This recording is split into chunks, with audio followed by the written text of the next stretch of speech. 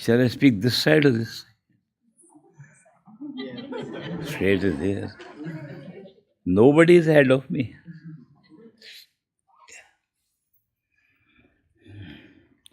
Can you all hear me? Well, welcome friends to this monthly meeting that we have every month in order to remain on track on our spiritual journey. Our spiritual journey is a journey into our own self, to discover who we are. Looks funny that we should have to do something to find out who we are. We are who we are. We should know it.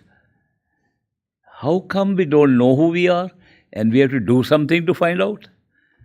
Looks very odd. But the truth is, we have for a long, long time, maybe for thousands or millions of years, so long as we have been coming in different forms or human forms in this world, we have been continuously making a very big mistake. And the mistake is, we thought the jacket we were wearing was ourselves. Only difference was the jacket was the human body. We wear it for a little while. If we wore it continuously, I would say it's good enough to say that is the self. It dies. It is not permanent. Everybody dies.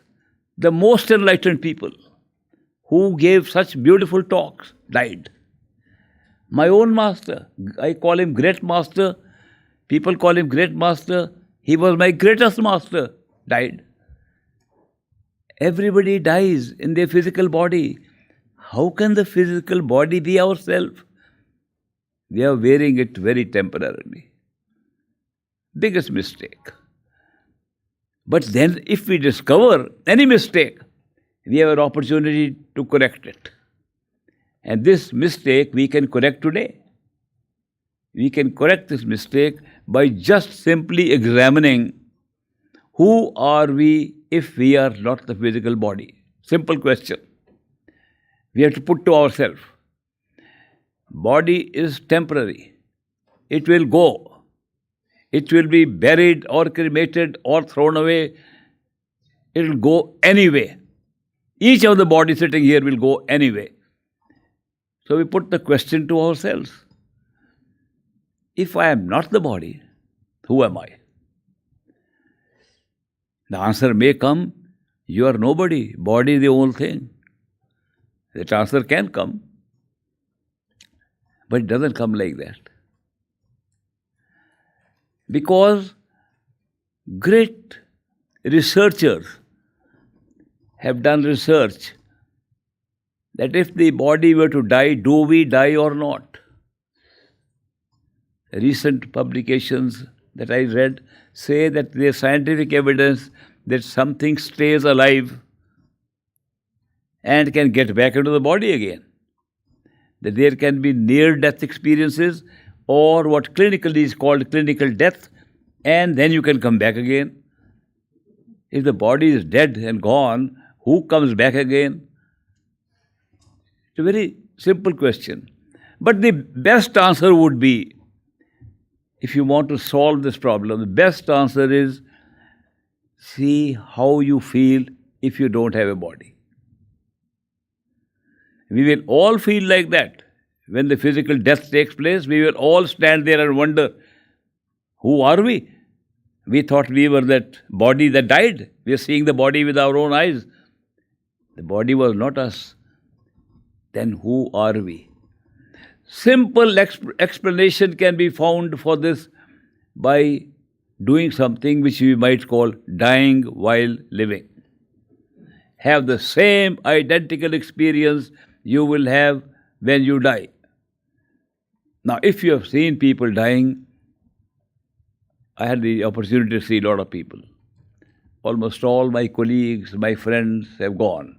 Some of them in terminal cases, in hospital for a long time, in hospice, nursing homes. I've gone and watched them dying. When they die, it appears that they leave this body in a particular order. They don't suddenly die and we don't know what is happening.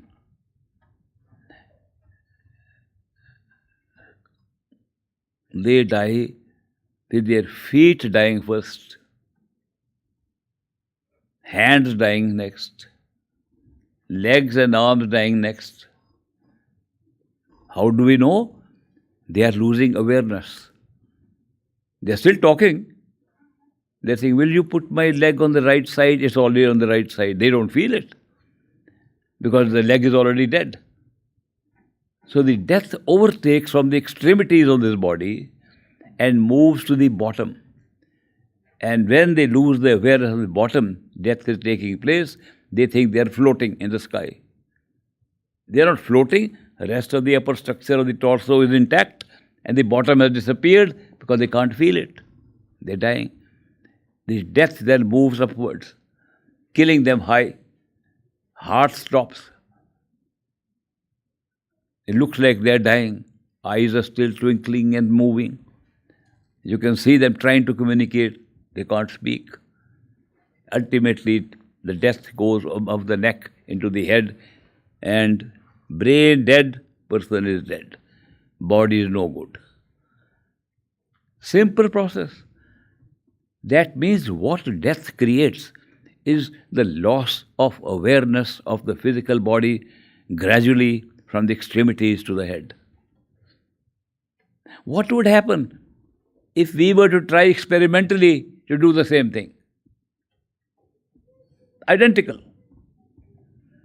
What if we had a method of withdrawing our attention, withdrawing our awareness, withdrawing our life, as it were, from the extremities back the same way, in the same order as actual death takes place?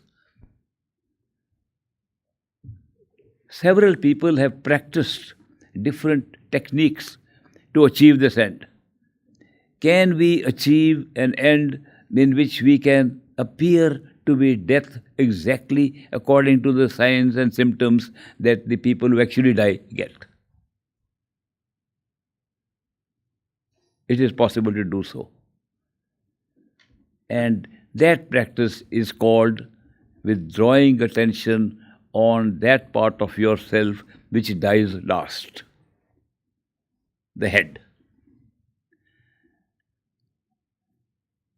Attention is a beautiful thing.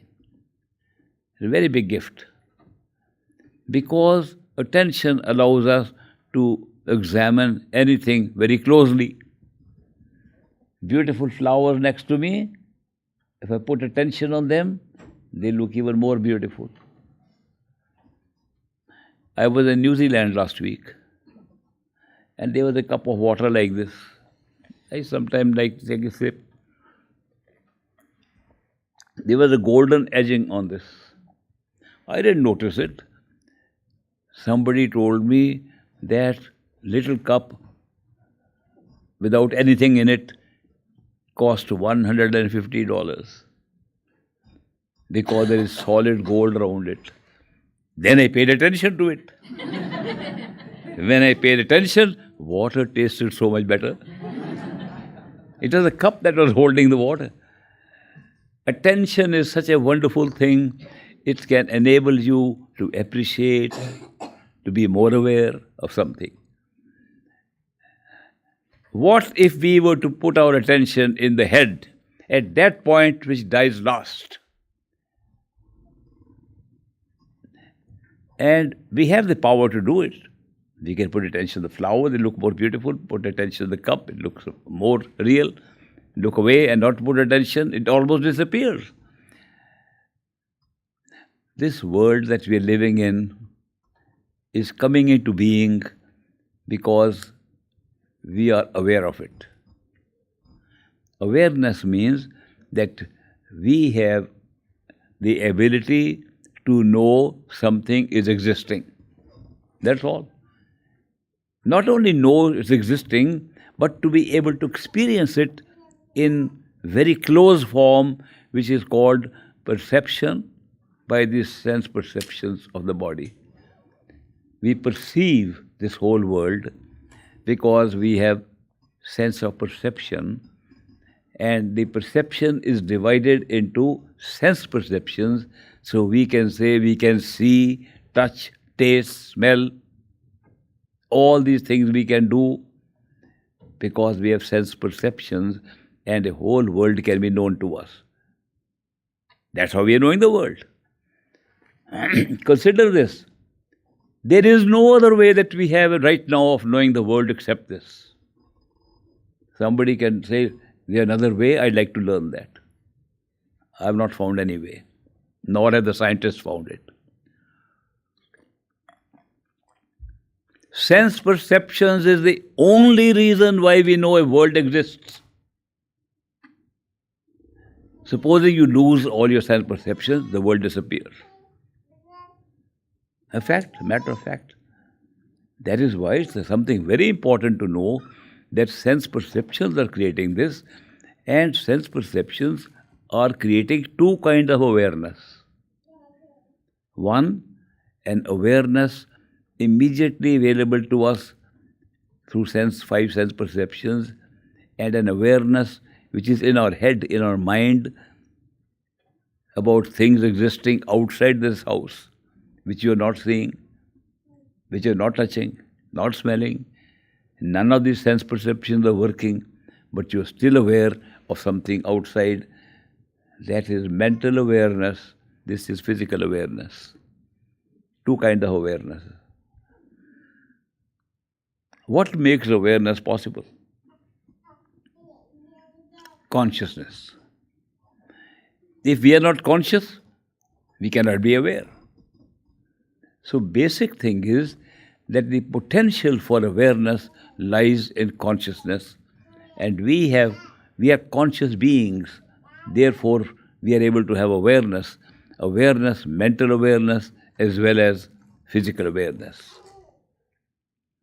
Physical awareness we can explain with eyes we see. But then there is another kind of awareness in between the two. Between the mental awareness, which is just knowing there's something outside. I remember I parked my car, I remember this thing, which is not immediate sensory perception. It's a mental awareness. Between the mental awareness and the physical awareness lies another kind of awareness. And that is imagination. We know the car is outside parked. We can imagine and see the car parked. When we see the car, not with these eyes, there's no car in front of us. Nor is it a mental thing that the car is outside. We are using something which is imagination. What is imagination? Imagination is the ability to use the same five sense perceptions without the body.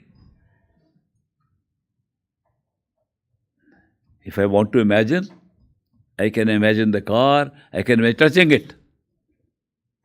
If there are some flowers lying there on the car, I can imagine the flower and smell them. If there's food lying on top of the roof of the car, I can imagine I'm tasting it. Where is that coming from? Here is sensory imagination, physical, which we are seeing with physical senses. We have mental imagination by knowing things, but we are not seeing it. Then we can see them imagination. So remember, the whole type of experiences we can ever consist of these three. And when we use these physical eyes, physical ear, physical tongue, physical mouth, physical body for the five senses, we call it the physical world and physical consciousness. But when we can do it without the body, through imagination, then we call it the astral self, not the physical self. People sometimes wonder what is an astral body. Astral body is the body you create when you imagine you have a body, but this is not this body. Astral body is the one which you can imagine that it can walk right now or go out and check the car is there and come back through imagination. That's the astral body. People think astral body is somewhere hidden somewhere in some high region. We have it right here. We are using it every day. Whenever we imagine something, we are using our astral body every day. Therefore, the astral self is working within this physical body and can be used to go out of the body whenever we like and come back into the body by imagination. Then the mental imagination lies in our mind. The mind creates the sense of perception. The astral self divides it into different five sense perceptions, and this body is using those sense perceptions and the mind inside to have experience of the world. Very simple. When you die, what happens? These five senses of the physical body disappear. They are in the body. But what about the imaginary self? Does that stay, or that is also part of this body? Is this brain functioning to create it, or does it still last? That's the experiment we have to see. The experiment is how we can, with a certain technique, become unaware of this body identical to actual dying. Now, that is where we find out that the awareness that we have can be reduced by putting attention on one thing. If I put my attention on these flowers and keep on looking at the flower, I'll soon not know what is happening outside or inside here. I may have a blurry view of people sitting out there. My attention in the flower. If I concentrate my attention, which means put more of the attention on the flower, I will become unaware of other things. And supposing I keep on putting attention on it, only flowers will exist in my awareness, nothing else. The same thing we can do now to ourselves. Forget the flowers, forget the car outside. What about the one that is inside that dies last in the head? Let's try to put our attention on that. How do we put attention on something inside our head? Imagination, astral perceptions. With astral perception, you close your eyes, imagine you are there. Imagine a nice, beautiful chair. We are sitting on a chair outside. We can imagine a similar chair inside and sit and relax on it. Anybody can do that. But merely doing that is not enough. Do that and put your attention on that chair and your own self sitting on it, and concentrate your attention there and watch what happens. If you concentrate your attention behind the eyes, in the center of the head, which dies last, if you put your attention there, you will slowly find out you don't know where your feet have gone. Keep the attention there, you won't know where your hands have gone. Keep the attention and concentrate more, you won't know where the legs and arms have gone. Actual experience of your body, physical body. Keep attention there, you will see the bottom of the body going away. Identical process to actual dying. No difference at all between the two. Eventually, you will know only your imaginary self is there, you are unaware of the body. Just by one exercise. Just by putting your attention on your imagined self in your head and concentrating attention on that, you can become completely unaware of your body. Then what happens? Your imaginary self is still there. What does it have? Does it have eyes? Yes, it has. It can see things. You can imagine anything and see it. Does it have ears? Yes, it can hear any sound. Imagined, built up, or real? Does it have hands to move and feet to walk? Yes, it has. It's a copy of this body. Therefore, we can do anything with the inner body. Does it also have a mind like we have here? It does. Same mind.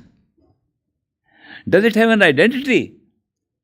We know we have an identity. We are separate from others and we can talk to each other. And we know we are one individual amongst many. Does that exist? It does exist. It's just an experiment. Is that being inside the same that is in the body, or one different? Same being, not different. Same self. Same self that uses the imagination, same self that sits there unaware of everything. That's the beautiful way that we have been constructed. Our consciousness has been built into a frame like this body. And when you can become unaware of the outer body, the inner body becomes alive with the same mind. One difference: the sense perceptions of the astral self are very sharp, much sharper than those on the physical body. In old age, like I am now, over 92, I have to read a paper, I need glasses. And even then I have to squint a little to see if I can read.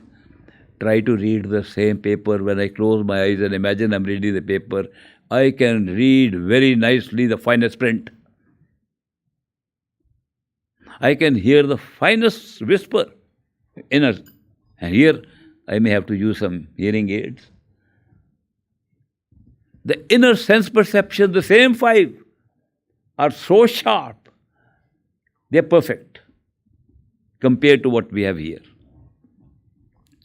So the experience inside of seeing the imaginary world is far stronger than the experience we can ever have with the physical body on. So that is why merely experimenting to see if we exist other than the body is successful. Not only find out we do exist, even if the signs of death are simulated, artificially made up by pulling attention, that we are still existing and existing in a far more perfect state, far more perfect bodies. But that's not all.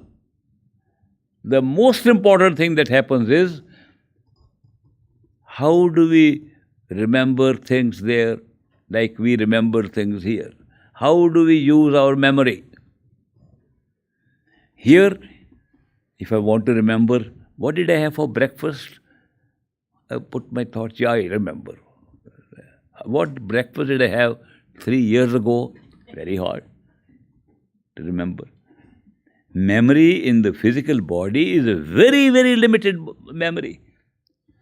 We forget almost everything. Very few things, mostly traumatic or very highly exciting, those things we remember easily. Other things, daily routine, we forget all the time. Therefore, our memory is very poor here. What about the memory there? Experiment that now. Experiment number 2. We have been able to withdraw attention and living in our imaginary state with all the sense perceptions and a body there, and then we try to imagine something of the memory of that body. Through what? Where is the memory stored? In the mind. This mind in the physical body, the brain, is carrying memories. So we remember things from here. What about the brain of the inner body? Does it have a brain? We don't know, but it has a head, all right. Okay, let's try to remember things there, like we try to remember here. Memory is very sharp. We remember our childhood of that body. We remember what happened 100 years ago. We remember what 500 years ago. It's our memory. Nobody else is putting those suggestions into us. We can remember things that happened to us earlier than the birth of this physical body. That's a very important thing. It's a very important experience to have, that with the inner self, which we think we are creating imaginatively, when we try to remember things in that inner self, we can remember things that happened way before this physical body was born, confirming that what we thought was an imaginary body lived longer than this physical body. There is no better proof than our own memory of what happened. We remember the exact instances of what happened long ago. When we have that experience, it confirms the inner sensory body is not as imaginary as we thought. It's real. That why we have made it imaginary is because of our consistent emphasis on this physical being real. We can't get rid of it. The physicality here is so real that we start calling that inner sensory perception as imaginary because of this reality. If you are willing for experiment to say, I don't believe anything is real, let me test it out. Let's test, this is also unreal. I'm imagining this world also. Then look at imagination, you'll see the inner body is more real than the physical body. Takes a little time for that. Not because it's a very difficult exercise, that we have grounded ourselves into believing the current physical reality we are having is the only reality. This is so much grounded to us. To ungrind it, to unlearn it, takes time. Otherwise, exercise is very simple. When you remember things that happened earlier, it's amazing. So you know that you have an inner self. What is the advantage of knowing it? Because we are curious people. We are always curious about knowing something more. We are curious, is there life on the other planets? Are there life in the galaxies? Is there something strange happening somewhere in space? We are interested in that, and this body can't go and take us there. Inner body can. Why? It has no weight. It has everything except the weight of this body. It has everything except the molecules and atoms of physical matter. We are becoming unaware of the physical matter, opening up on that, and with that body we can fly very easily. What is preventing us from this body from flying is a very strong pull of gravity holding us on the planet. We have such a hard time pushing ourselves away from here, even in artificial machines. There we can pull ourselves when we like. We can jump and go as high as we like. No gravity is pulling us. Therefore, flying with the inner body becomes very simple, and you can satisfy your curiosity about this world and another world also that exists which we can't see with these sensory perceptions which we can see with inner perception. That's beautiful. But that's not the end of the story about discovery yourself, because this particular exercise, these two exercises I told you, they are very interesting for people who are curious. One, to know about themselves. Two, to know about more creation. How vast is the creation? And they can examine it themselves. But for those who want to know, what is our mind? Where do thoughts come from? Where is memory stored? Is memory built up or is memory stored? Do we have to create activity to have memory, or can we just have memory without activity? These are very big questions. Very big philosophical questions. And answers to that are lying in step 3. Step 3 is close your inner eyes. Like you close these eyes to imagine better, close your inner eyes of the imagined body and withdraw your attention at the center of the head of the inner body, no matter where it is. It can be done while it's walking, it can be done while it's sitting. Most people, because they sit here quietly and close their eyes, they are so used to it, they do the same thing inside.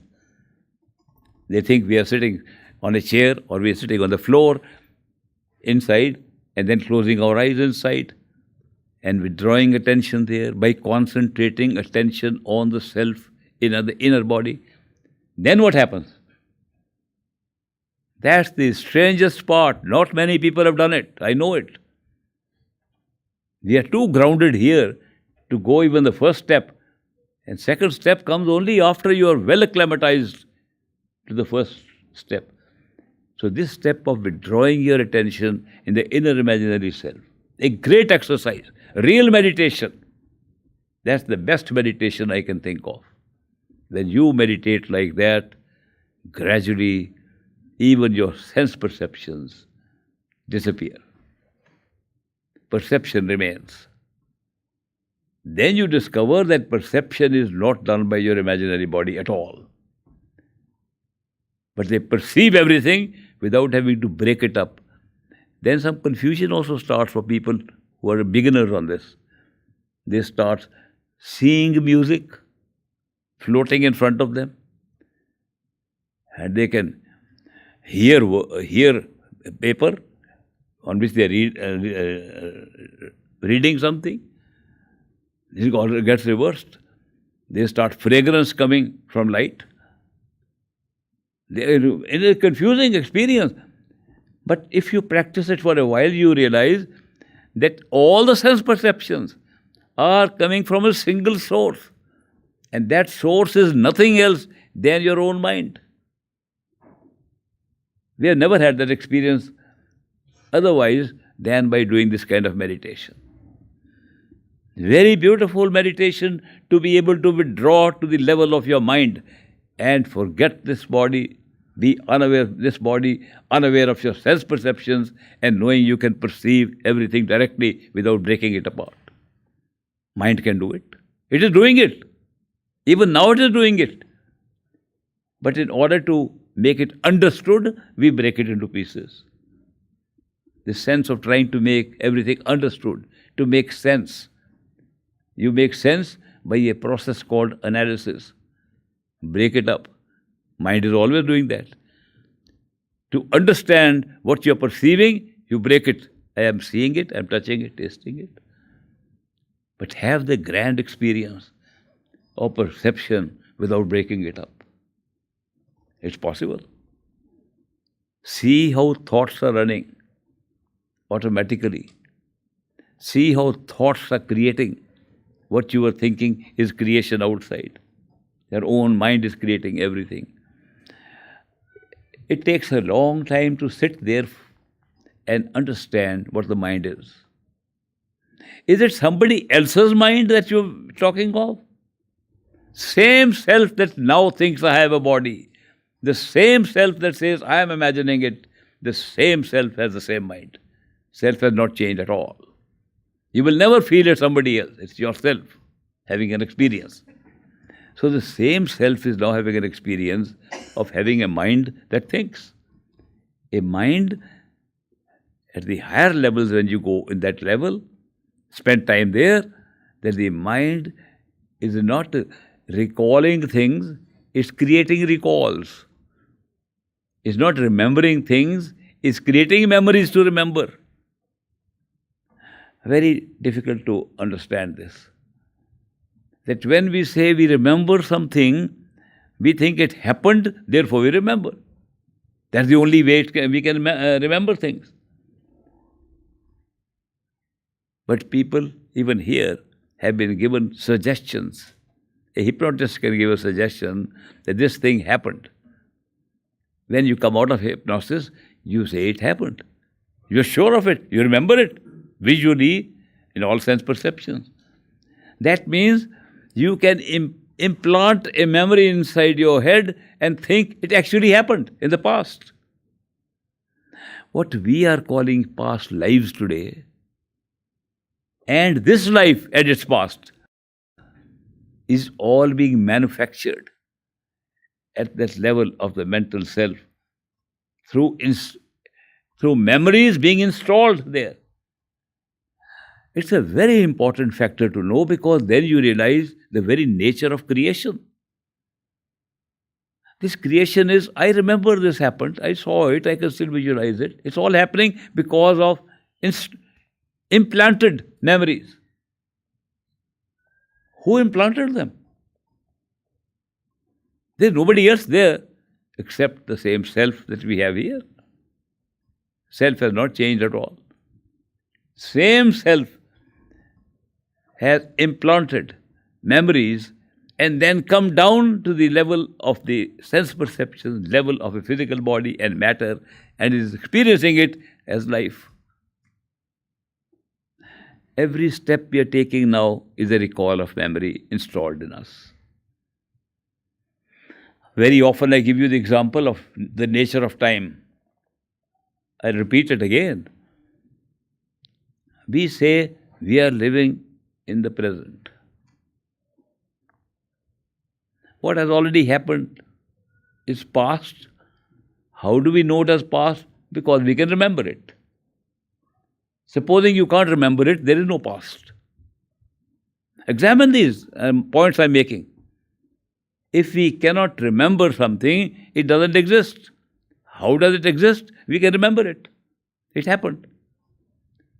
Memory is the only reason to believe we have a past.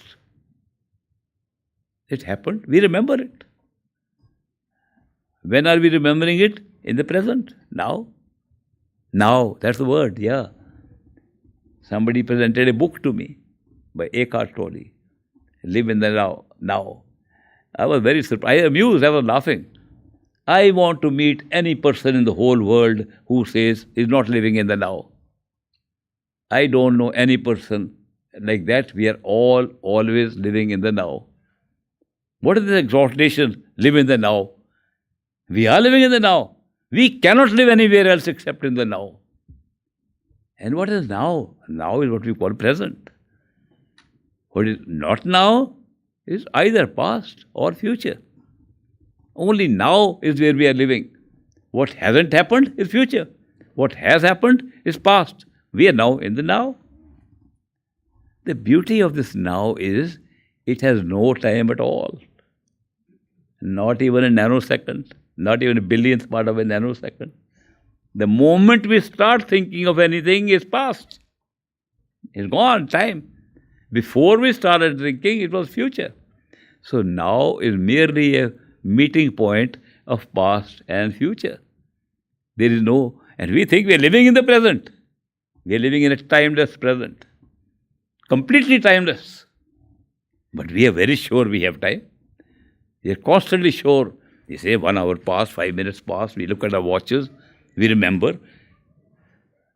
Every evidence we want to use that a present and a past exists is memory.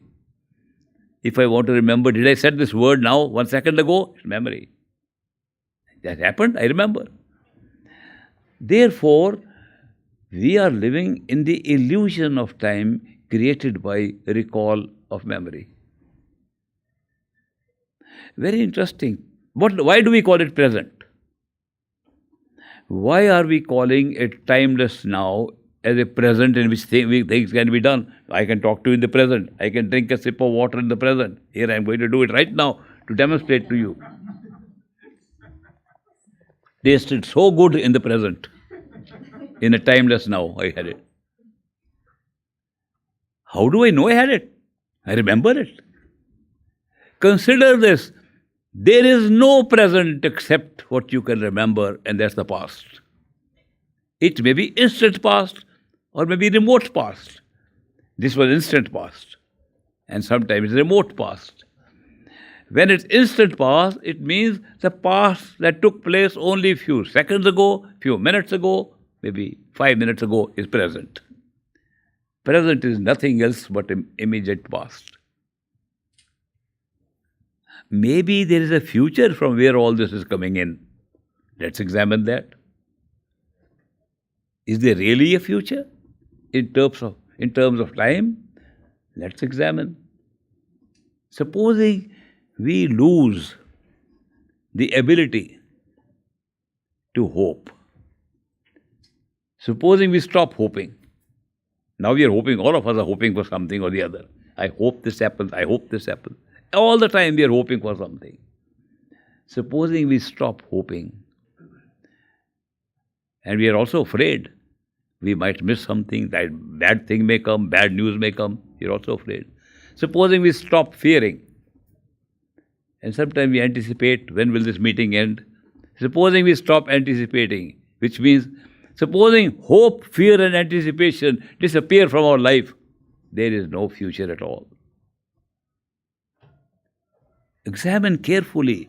These three things happening in the now are creating a future, and since now has no time, they are being created in the immediate past. Therefore, the future that we think of is all past, also being recovered through the memory of now. It's very interesting. That's how we are creating everything by memory. Where did memory come from? That's what the answer will come Second level of meditation, go and examine your mind and how the memories are being created and installed. They're not already existing. You create. How many patterns of memory can we create? Now, we have a life which is different from everybody else. We have life forms here, insects and trees and birds and animals. They're all having life form. And how much can we create? There's an unlimited supply of memories we have been creating over millions of years. All in this head. The scientists say, oh, it's just in the DNA molecule. The DNA molecule is carrying the history of your entire billions of years. Ever since creation came into being, they say it's carried in your DNA. And DNA has caused evolution and brought you to where you are today. Otherwise, the DNA shows that we are very similar to people who lived a million years ago. We are very similar to dogs and cats, very similar to birds, we are very similar to insects, we are very similar to germs, bacteria. We look at the sequencing of the DNA and we see what is the relationship if we are 100 units of perfection. What about a chimpanzee? How close he is to us? 99.999%. The difference between a chimpanzee, an animal, a monkey, and ourselves is 0.0001%. The rest of the DNA is the same. We eat a banana, it's just a fruit. A tree, the banana tree has 50% same DNA the human beings have. Human beings carry the entire past. This is science. What about spirituality? What about mysticism? What about discovering for yourself? If you withdraw your attention there, you will find that you have been creating these memories for a long time, and the DNA molecule is nothing more than the physical representation of what the mind does in its purity at that level. You can check it out. All I am saying to you is worth checking it out and is practical. Now, if you are able to find that what life is merely a set of events picked up from the mental plane, which we now call the causal plane. And we call our mind causal body. Why? We are still wearing it. Life, consciousness is still wearing something that operates in time and space, creates the effect of cause and effect in the events, and therefore we are wearing something, so we call it a mental body or mind or causal body. No difference. It's the same thing. And that is generating all the patterns which we are then playing out in the astral and physical body. When you see this whole drama, imagine, how would you feel? You will not be able to contain it. You realize something. That all the answers come to you about whole of creation and about yourself, who you are. Remarkable. We have all got the competence to do it. We have all got the stuff that will enable us to do this, what I'm talking of, inside our heads, all of us. But we have distracted ourselves, put our attention away from ourselves, onto experiences at different levels. Right now, the experiences are being generated from inside the memory core, being worked out, looks like real life going on here. I sometimes compare those capsules of memory that are implanted in us like DNA. No, not like what do they call the recorded thing? What they pick up to play? DVD, not DNA. DVD. That's a physical thing. What is a DVD? What does DVD mean? Digital video disc. Thank you. Very happy. Digital. Very good. What is digital? Oh, I know what digital is. Digital means 0 and 1. Is that right? Is that right? Correct?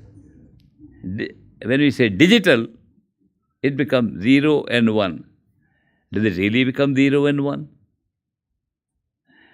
They say we are using digital technology in our appliances.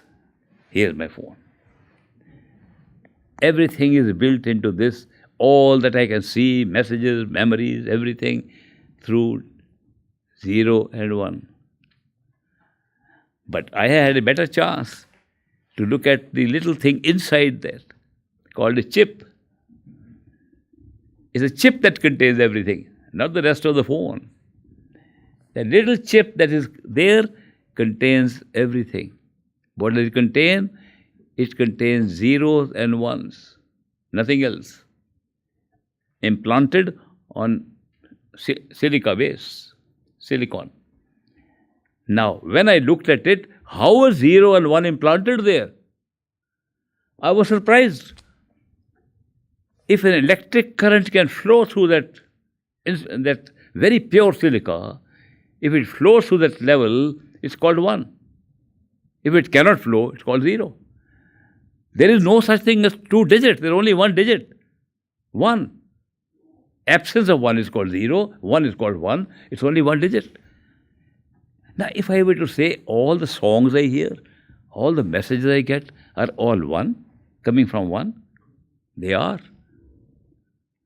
The digital technology tells us that everything is coming from 1. Is it the same situation inside?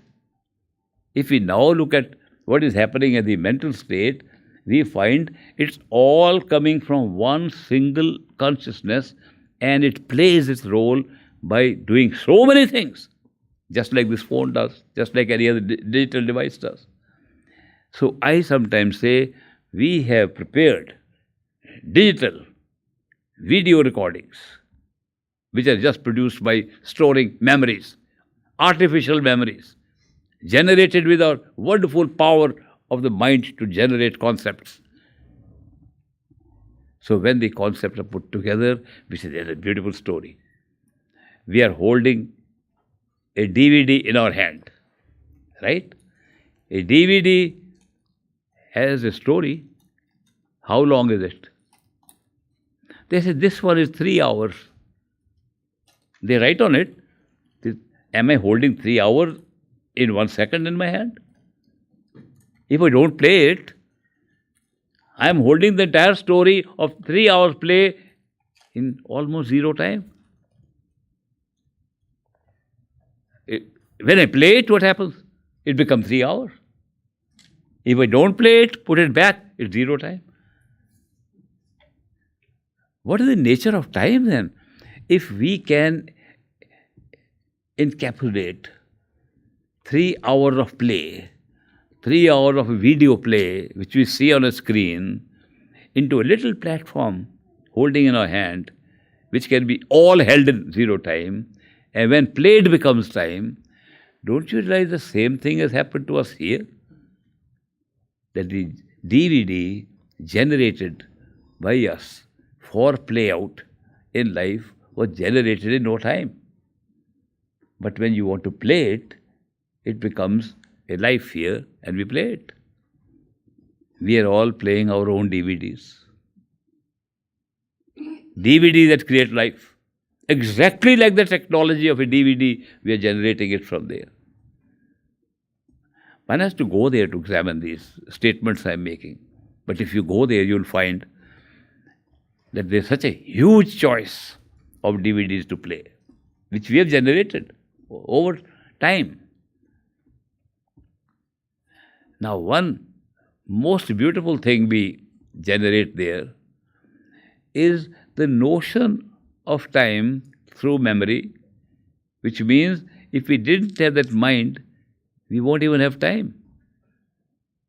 Not even a memory, not even a time, not even zero, and no DVDs. Will there still be something left there? The self that is examining the DVD will still be there. The self that picks up a DVD, generates a DVD, picks up a DVD is still there. That means you can go beyond time, beyond the mind, and discover who was generating the DVD, the mind, and everything. That's the final step. To really discover who you are. When you discover beyond your mind who you are, it's a remarkable experience. You are consciousness per se with the potential to create anything. And whatever the consciousness becomes conscious of is called life. That's what we are playing here. These are all experienceable through meditation. So, I am talking to the curious people who want to know who are we and how is this world created. You find the answer inside your own self. Don't have to go anywhere outside. Outside will confuse you more and more. Inside will clarify you it more and more. So the whole secret of creation lies inside in our own self. Have we then discovered the self? Well, if we are in a timeless state, no life, nothing except a timeless state of the ability to be aware of things that we can create, if that is all, and it's just a unit of consciousness, we will be utterly bored, I think. How would we feel living for immortality, infinity, sitting, doing nothing? There's nothing to do. Seeing nothing. There's nothing to see. Just sitting there by ourselves doing nothing. Won't it be terrible? I think it is terrible. Therefore, we jump back into creating a DVD and come back here again. How often will we do? Every time we go there, we like to do it. That is why this creation has become virtually permanent. Because we can't get out of it. We have to jump back into it. That being, the self, has sometimes been called the soul. This immortal soul. Never is born, never dies. You know why? You need time to be born and die. It's not immortal in any other sense. When we say soul is immortal, it cannot be born, cannot die, because there is no time to do that. Time is generated by the soul, by putting on another cover upon itself called the human mind, which generates time and space and puts events on it, makes it a memory, encapsulates it, and then opens up to play. The DVD plays out in the astral plane first. And then within the astral plane, in a dream-like sequence, comes again and again in physical plane. In the physical plane, we have time to sleep at night. This physical plane doesn't run continuously. We break it up by becoming unaware of this, going back into another form of life called the dream state. And sometimes we have dreams within dreams, and we wake up from one to the other in time. We sleep at night, and we are very happy in the morning we wake up. Why don't we keep awake? Because the experience we have generated through this process is so intense, we need a break. At every level. Not only here. At every level, we need a break from the intensity of the experience we are generating through consciousness. The experience is so beautiful. We get so attached to the experience. Everywhere. But right now, I am sharing this information with you in the physical plane. So where is our attention now? On the physical plane. On what? On people, on objects, on thoughts or ideas. That's all. These are distracting us from even discovering who we are. Not only that, we are not only distracted, we are attached to these things. We love them so much. We love our show so much. We've forgotten it's a show. We make it absolutely real. We wanted to make it real because we were coming from reality. How can we, from reality, we just want to see a shadow? No, we want to see reality. We are bored into reality. At that end, we have to be here in reality. Therefore, we have done every possible thing to make this experience real. Every possible thing to make a dream state real during the state of dreaming. How do we do it? When we dream at night, we are locked off from the awareness of the physical body. We don't know where the physical body is. Yet we have a body, a dream body that runs around everywhere, flies, does so many things, meets friends, has discussions, has falls, is afraid, has emotional self. The dream body has everything. And where is it? We say, I am flying in the sky now. In a dream state, one can tell another person the dream, I am now gone to Mars. Who has gone to Mars? When you wake up, you went to Mars on the bed where you're sleeping. You went everywhere by going nowhere, except in your own head. You never moved. The inner body moved, creating its own universe. Why were you afraid? Because you did not know it was a dream. You thought it was real. If you knew during a dream it's a dream, you'll never be afraid. But we have most frightening dreams. We have nightmares, scary dreams. How can a dream be scary unless you take it as real while it's happening? And when you wake up into physical reality, thank God it was a dream. Can you imagine saying the same thing about the wakeful state when you wake up to the next step? It's awakening. When you awaken there, you laugh. How could I take those attachments so seriously? I thought they were real people I was attached to. Where are they now? Oh, some of them I know. They are in their houses sleeping also like me. But in the dream, we were meeting and hugging each other and doing so many things. They were not real. The real people were sleeping in their own places. How much emotional stuff I carried just by thinking they were real. Well, same state. Can we compare this physical experience as another form of dream? That the dreams we have when we go to sleep at night, let us say, are the basic dreams from which we can wake up and discover their dream. We can't discover while we are dreaming. By the way, some people say, we see a dream in which we tell us, this is a dream. I've also had those dreams. When you have a dream in which you speak the truth is, it is a dream. Then you tell all your friends, it's a dream, we are dreaming. And somebody says, where are we dreaming? And you can't answer. When do you find where you were dreaming? Only when you wake up, not before that. Therefore, you are speaking the truth without knowing it at all, without discovering it. That is how even enlightened people, they come and talk of higher wakefulness and they think we are awake. They are not awake, they are awake to the physical state. They are not, where are they? Otherwise, we don't know.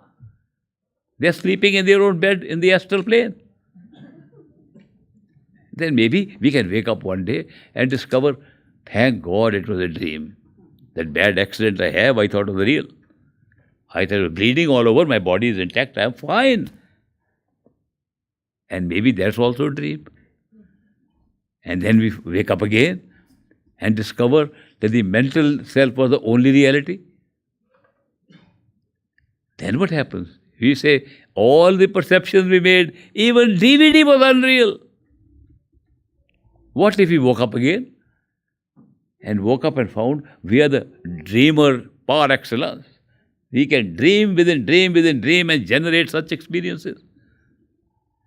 We will be surprised. But at least we will not suffer. There will be no pain, no emotional pain, no physical pain, no suffering. Why am I emphasizing suffering? I can also say there will be no joy, there will be no happiness. I am not saying that. But joy and happiness will still be there by this discovery. That's the wonderful part. That joy and happiness get separated from the law of opposites, separated from the duality of this world. Here, duality makes the opposite appear. And we sometimes think that the two were created at the same time. Just like we thought of the digital chip, the 0 and 1 are created at the same time. No, it's only 1 is created, the 0 occurs because of 1. Similarly, the duality here occurs because of the beauty, wonderful happiness we have. We just generate an opposite and make it a dual world. All these discoveries are possible within yourself. When we discover the beauty of wakefulness again and again, like when we are here, we remember, we dreamt, this is real, that is unreal. Higher up, we'll say, that is real, this was unreal, that was unreal. Higher up, that alone is real. What I am saying is, at one time, we'll have only one reality. Maybe good enough. This is our reality. Thank God, the bad dream I had last night is over. But if I wake to another reality, thank God that's the reality, but this was not too good, it's a duality. Maybe I'll go ultimately and wake up and say, thank God, it was all a dream and I am in a great shape here. You will only experience one reality at a time. Is that our final destination on a spiritual journey? To discover who we are? That we are a soul, immortal soul, just come to enjoy created dreams within dreams within dreams. Is that enough? Not according to my master Baba Sawan Singh. He says that is not the end of the journey at all. You have just discovered yourself, so what? You thought you were a body, you were happy. Then you found not the body is too temporary, you found another body that lasts thousands of years. So what? You found out that is also unreal. You woke up to the mind and found mind has a million of years of life. So what? Then you woke up and discovered you are a soul, immortal soul without time space. So what? What have you discovered moving from one reality to another reality? Nothing, according to Baba Sawan Singh. He says you have to go one step more. And that is what one step? The discovery that the soul is not an individual unit at all. That soul is merely one unit in totality of consciousness which alone exists. There are millions of drops of water, very small sized. There are millions of drops of water in this glass. There's only one glass of water. How can I make them millions? Supposing I want to see million, I have to reduce my awareness to the size of a drop. Then I'm aware of a drop. I expand my awareness and become the whole glass. I am a unit of consciousness, experiencing all this. And when I enhance with that and expand my awareness, I am totality. Our true destination is totality. What is totality of consciousness? Ultimate, from where the whole thing, including souls, are being created there. What is totality? Totality of consciousness means nothing that is there can be outside of it. If I pull even one soul out of it, it's no longer total. If I pull one experience out of it, it's no longer total. Totality means total. So a person, a human being sitting here, through meditation, is experimenting this to go within and goes even to discovery of the soul. And then some power expands that awareness from the individuated soul to totality. What will be the experience of the self which we are having? Total experience. Total experience means this physical experience will be also there. The next astral experience also there. The causal experience also there. The spiritual experience of a soul also there. The totality experience also there. You become totally conscious of totality, and therefore a human being sitting here temporarily in a physical body has the means today to go within, and with the help of a perfect living master who is operating as another human being from the level of totality, therefore we are part of that human being in that higher consciousness. That higher consciousness can pull us to that level of the totality. What a wonderful opportunity. How great this body is in which this can be done. It can't be done in any other form, unfortunately. Trees can't do it. Birds can fly, sing, do anything, but they can't do introspection like this. Why is that? Because they're all living according to their DNA pattern, according to the program already made. We are also living like that, with the one difference. They don't think like us. Neither animals, nor birds, nor bacteria. They all think in a predetermined way. We are the only ones, human beings, only form which says, should I do this or not do it? Is it right or wrong? None of the other forms of life think like that. We are constantly trying to make decisions based on what is right and wrong. And how are we doing it? By a strange feeling that we can decide what to do. We have free will. And this free will is the phenomenon that distinguishes us from everything else. This free will, where is it coming from? Is it really free? Supposing I say, I want to decide whether I have the power to take a sip of water now or not. I can take it or I cannot take it. It's called quantum mechanics. Because then you're not sure which one is true. I am not sure if I'll take it. I am not sure if I will. Who will determine? I will determine. Okay, I will. I took it. What did I use? Free will. And then I go to the astral plane and causal plane, and I find before I left that plane, this was written. I will argue like this, sitting in front of all of you, saying, should I take it or not take it? All the exact thing that I am now saying, all pre-written there already. It's amazing. Then how did I think? I was doing it here. How come I feel I have a free will here when really it was written beforehand? I go there and see everything was written beforehand, including how I thought, how I used my free will. Then how can I still feel free will here? It's all predetermined. The secret is very deep. Secret is we picked up the DVD, we generated it. Therefore, it's our free will just being played again as free will here. At the top, we have real free will, where we can generate anything. That very free will is coming down even into the show we are in. And when we say, I can decide, we think the body and something sitting in the body is deciding. It was the self that was deciding. That is also in the body. Neither the body is deciding, nor the mind is deciding. The self is deciding.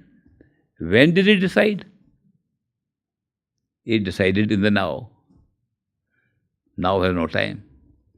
Looks like it decided earlier because we have generated the memories and implanted them and we created a past.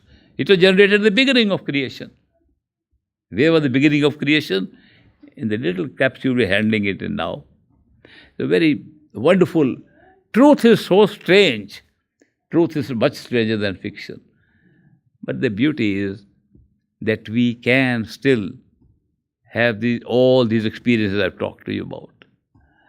The last experiences, the soul getting merged into totality, has no role of the mind in it, and therefore no role of effort at all. No effort can give us this. Absolutely. I have tried very hard to find somebody who says, I can do something to cross the mind. No way. All meditation finishes there, every kind. Meditation is not the answer to go beyond the mind, because meditation is a mental exercise, at best. What takes us beyond is what exists beyond. That joy, beauty I was talking of which we have created duality here. That joy, beauty, knowledge, intuitive awareness of everything total. It's that awareness in which the most significant part, which we come and are thinking the most valuable, is called love. Love is the reality. Love is our reality. And our reality is playing all the way through. And we work on that reality of love through various means. We get attached to people because of love. We get attached to things. I love my car, I love my house, I got a new car, it's all mine. The ego plays upon love and makes it into a slightly different form called attachment. And we begin to call all these attachments as love. But when we are pulled from the mind by love of ourself, which we don't know at all about, then that part of ourself, which is total, which includes all human beings, works by creating a human being outside in a physical experience, and we call that human being a perfect living master. It's our own self, appearing as a perfect living master.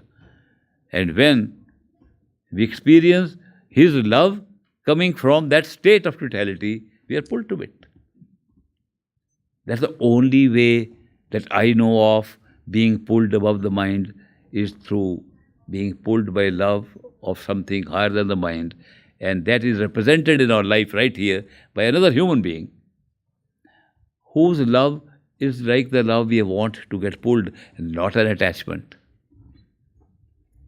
Then we are attached. We are two.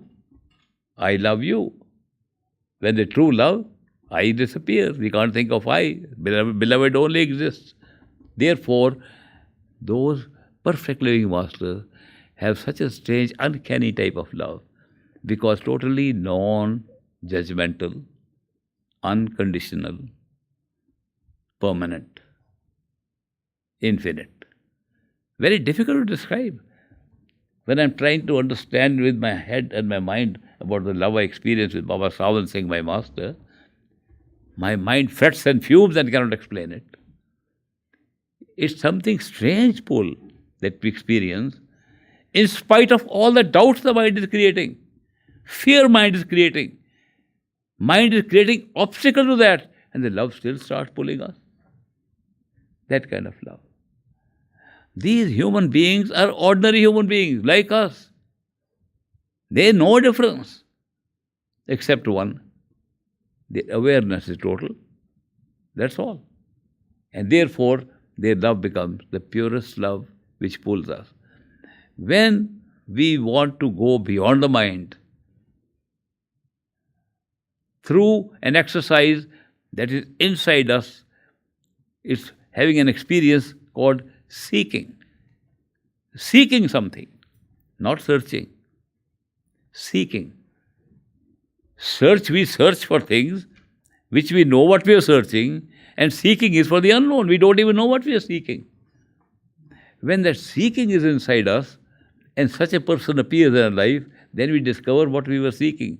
We were seeking the truth about our own self. Who are we? Who is seeking? The self is seeking, not the mind. What does the mind say? Don't seek. Enjoy what is happening here. Get more attracted to things here. And the seeker is ourself. When we seek, that human being appears, his love is such that when we say his love is pulling us so strongly, what does he say? Does he say, come to me, I love you, therefore be with me? He says, no. He says, go within yourself. And we tell such a master, Master, we love you here outside. Why are you sending us away? He said, I'm not sending you away, I'm sending you to myself. I am part of yourself inside. How can we check that out? Say, go in and see. When a perfect living master appears in our life and says, I am your friend and we are in love. He says, go within yourself, not outside. When you go within, same master sitting there, which you see in our inner self. Same master, same face, same personality, same conversation. Master is inside. And he says, go within. We say, no more. Now we found your inner self. Go more inside. We go to the mental causal state. Same master there. We say, now we find that you are the real one. No, go within yourself. And there he pulls us, because of his awareness of totality, to the state of knowing ourselves. He is merely a soul. I am also a soul. Then we are very happy. We are souls. No, he says, go within yourself. And soul is pulling itself. Actually, he then becomes the one puller. And we discover the master and the self were the same. They were no two. But we made them two for the spiritual journey that we are taking. So I am sharing these things with you because I was very fortunate to be accepted as a friend, to be initiated by Hazur Maharaj Baba Sawan Singh, a perfect living master according to the terms I've just described. We'll have a break for some snacks and I'll see you again at about 3:20. It's 2:20 now. 3:20, after 1 hour, I'll see you here. And if you have any questions, do we have... We have a couple questions so far. You have paper? Yes. If you have any question on what I have said or what I have not said, you can write it out and give it to Jonathan. He's here. And I will try to answer some of those questions at 3:20 when I come back. Thank you.